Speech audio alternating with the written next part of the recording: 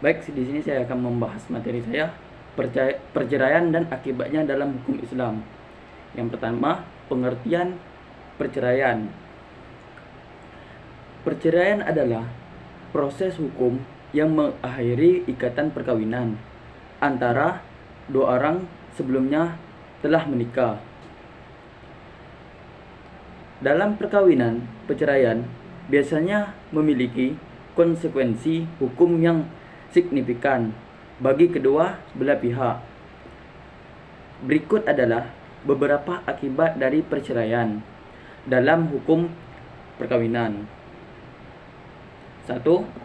Pembagian harta bersama ketika suami istri bercerai. Mereka perlu membagi harta bersama yang telah mereka miliki.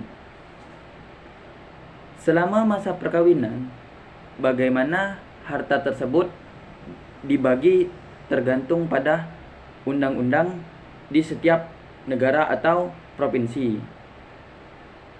B. Masalah dalam keluarga. 1. Hak asuh anak. Jika pasangan yang bercerai memiliki anak, hak asuh anak perlu ditentukan. Biasanya hak asuh dapat diberikan kepada salah satu atau kedua orang tua, tergantung kepada keputusan dan kelayakan masing-masing orang tua. 2. Pembayaran nafkah. Dalam beberapa kasus, orang tua yang tidak mendapatkan hak asuh anak mungkin perlu membayar nafkah untuk mendukung kebutuhan hidup anak. Jumlah nafkah yang harus dibayar ditentukan oleh pengadilan. 3. Masalah keuangan. 4. Perubahan dalam dinamika keluarga. 5. Dampak fisiologis. Perubahan nama. Yang ketiga adalah perubahan nama. Biasanya setelah perceraian, seseorang wanita memiliki pilihan untuk mengubah namanya kembali ke nama gadisnya atau tetap menggunakan nama mantan suaminya tersebut. Perubahan status perpajakan setelah perceraian, pasangan yang bercerai harus menyerahkan pajak secara terpisah. Oleh karena status perpajakan mereka telah berubah. Selanjutnya saya serahkan kepada teman saya. C. Akibat. 1. Dampak sosial dan emosional. Selain akibat hukum perceraian, juga dapat memiliki dampak sosial dan emosional signifikan pada pasangan yang bercerai dan anak-anak mereka. Dan kedua adalah dampak pada anak, yang dimana dampak ini adalah perceraian dapat berdampak negatif pada anak, kesejahteraan anak, seperti kesulitan dalam mengatasi perpisahan orang tua atau kesulitan beradaptasi dengan hidup, dan kemungkinan mengalami masalah kesehatan mental. Namun penting untuk diingat bahwa setiap situasi perceraian adalah unik dan dampak yang dirasakan oleh individu mungkin berbeda. D adalah kesimpulan. Jadi di sini kami sudah menyimpulkan materi kami, yang dimana dalam hukum perkawinan, perceraian memiliki konsekuensi hukum yang signifikan bagi kedua belah pihak. Proses hukum harus dilakukan dengan memenuhi persyaratan yang telah ditetapkan di dalam undang-undang di setiap negara atau provinsi. Setelah perceraian, harta bersama perlu dibagi atau hak asuh anak perlu ditentukan juga. Oke, demikian saja dari video dari kami. Itu saja video dari materi pembelajaran kami. Kami serahkan kepada moderator untuk menutup. Baik, berikutnya saya akan melanjutkan materi dari rekan saya, Pultokon Daily. yang menjelaskan tentang perceraian. Oleh karena itu, perceraian dalam hukum Islam merupakan perbuatan atau langkah yang dilakukan oleh pasangan suami dan istri apabila hubungan rumah tangganya tidak dapat dipersatukan kembali, dan apabila diteruskan akan menimbulkan mudarat bagi suami, istri, anak maupun lingkungannya.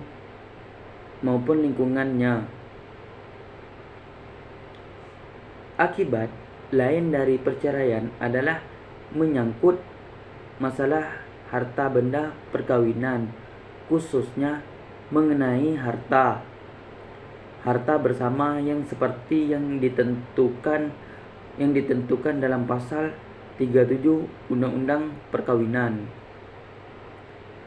bahwa bila perkawinan putus karena perceraian, maka harta bersama diatur menurut hukumnya masing-masing.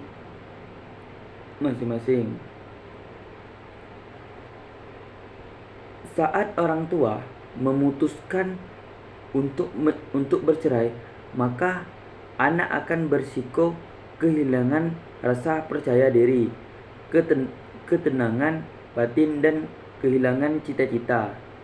Mereka tidak lagi memiliki semangat dalam menjalani kehidupannya. Hasilnya, mereka akan berkembang menjadi pribadi yang paranoid. Allah Subhanahu wa Ta'ala membenci perceraian karena banyak alasan, bukan hanya merugikan bagi suami maupun istri yang bercerai, melainkan bagi anak-anak yang mengalaminya. Orang yang paling menderita sebab perceraian merupakan anak-anak. Perceraian orang tua dapat mengaruhi mereka hingga dewasa, serta bukan tidak mungkin anak memiliki rasa trauma. Berikut ini adalah dampak negatif perceraian di anak berdasarkan Islam. Menghasilkan anak stres. Tanpa disadari, anak akan merasa bahwasanya dia merupakan penyebab orang tuanya bercerai, serta mereka juga merasakan tanggung jawab buat membuat orang tuanya pulang lagi. Selain itu, akan merasa orang tuanya tidak lagi menyayanginya.